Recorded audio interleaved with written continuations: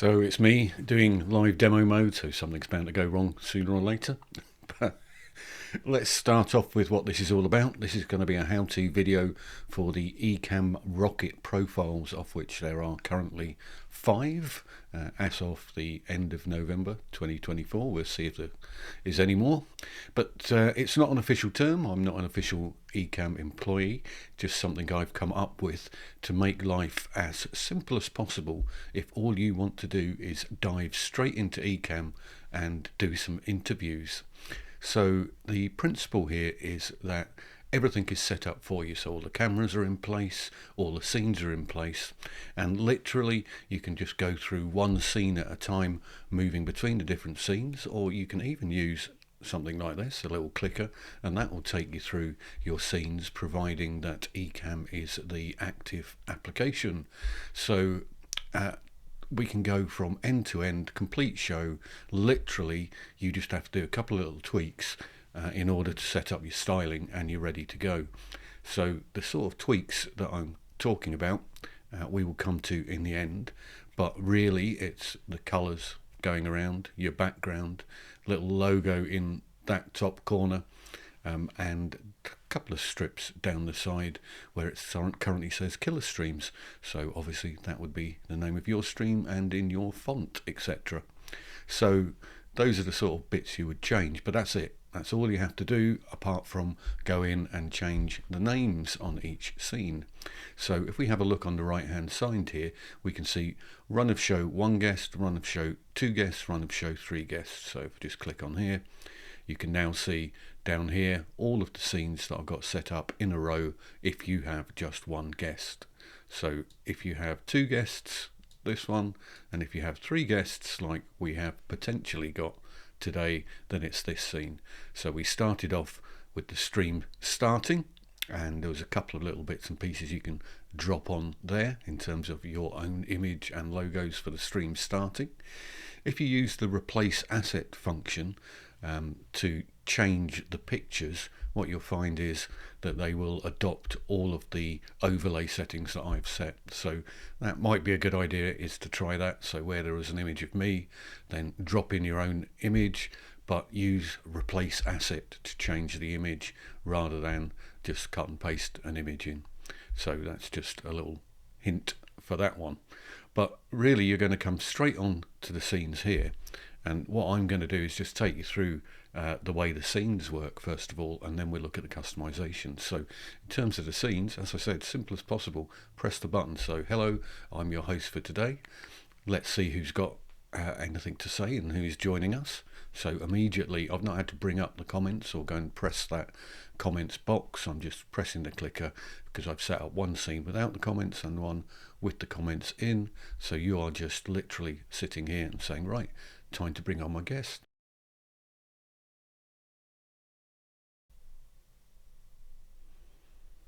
So on comes my guest, or in this case 3 guests. So one thing you'll have noticed there, that little transition where it says guest time, you can't actually change the wording on that. That's a little video. That's an automatic timer moving it on to the next scene, so you don't have to do anything with that. I guess you could go and put some text on that if you really wanted to as well, or an image even, but I'm just going to leave it as it is with those fixed words.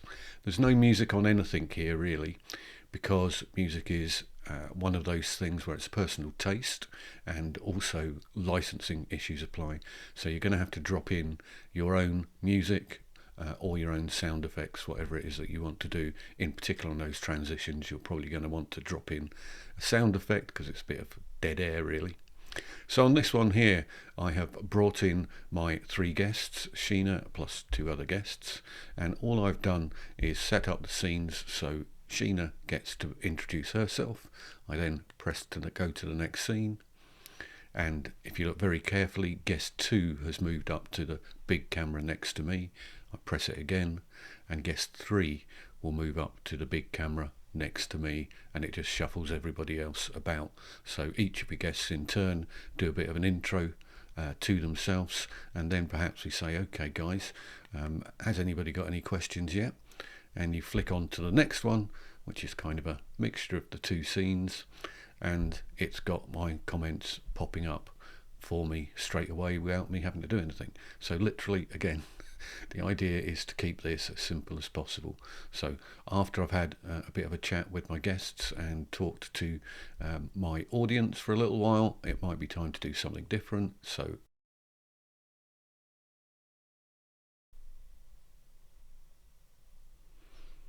and we have a screen share and all of my guests there, and of course that screen share could be a presentation. Hopefully it's nothing as dull as what I have here, which is my third monitor, which I just use for odds and sods.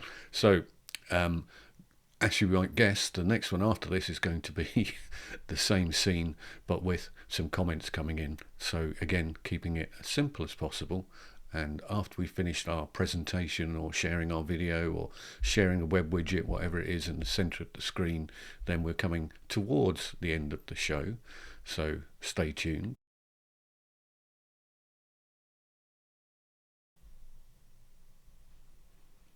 We have a final comments scene where the comments are a little larger, so if you've got any bigger comments coming in, then no problem at all. Here's the scene for that. And then really we're going to move on to our final scenes.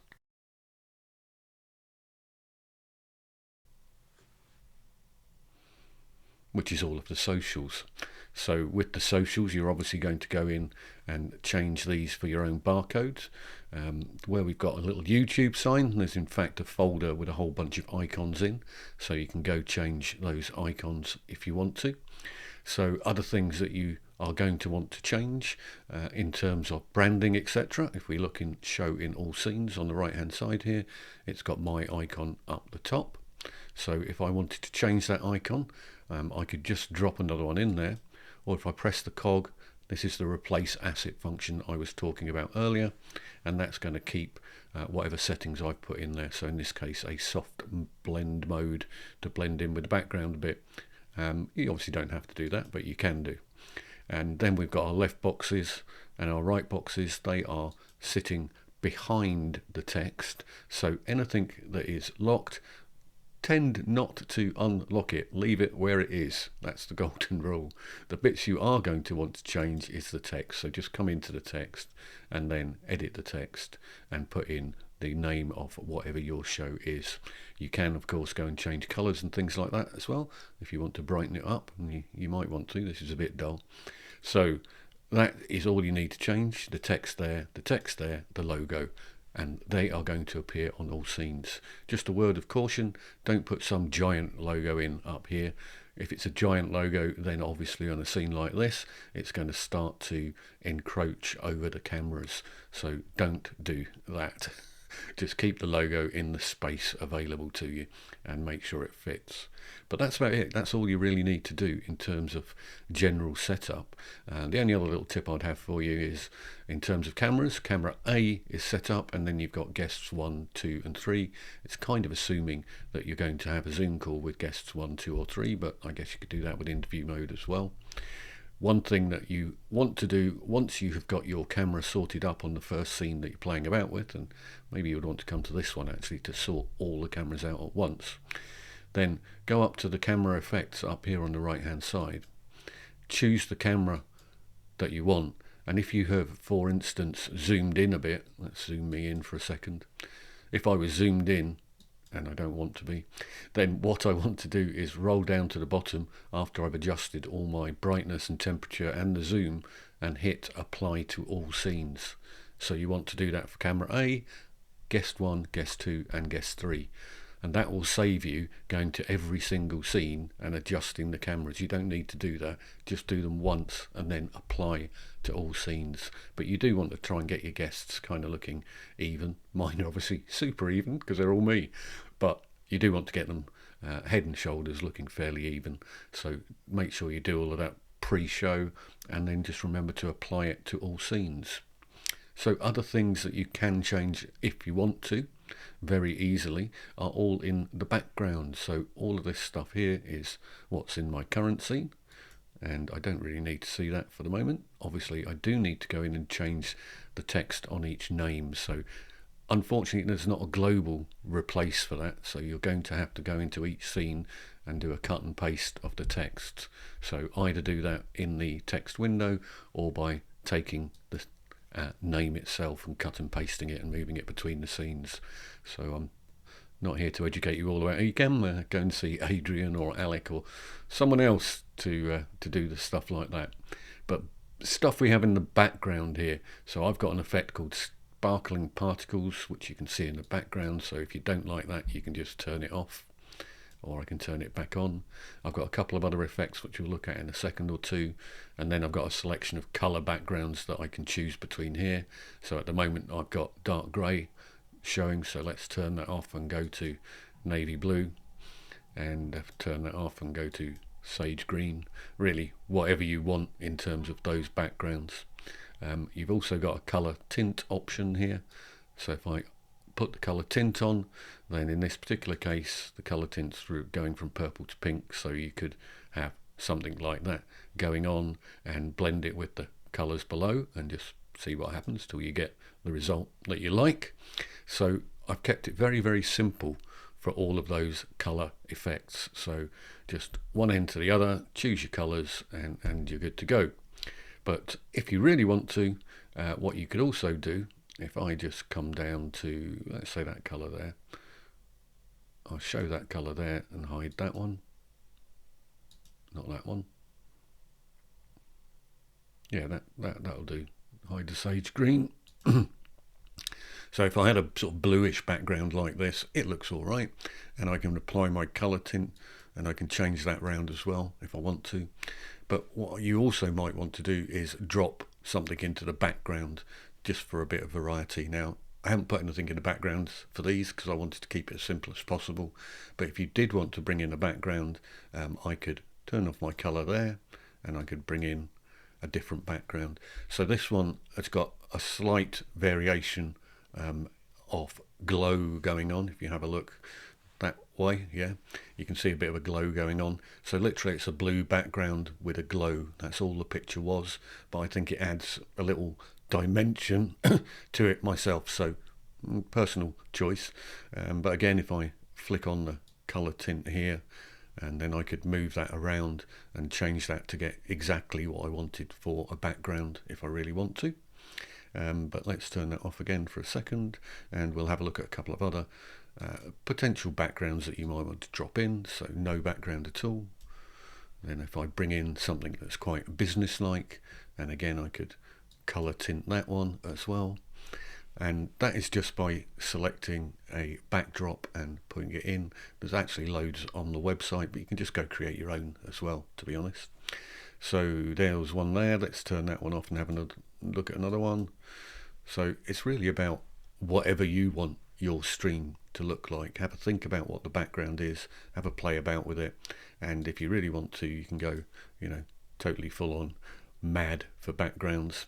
It really can go from one end of the spectrum to the other as far as backgrounds are concerned.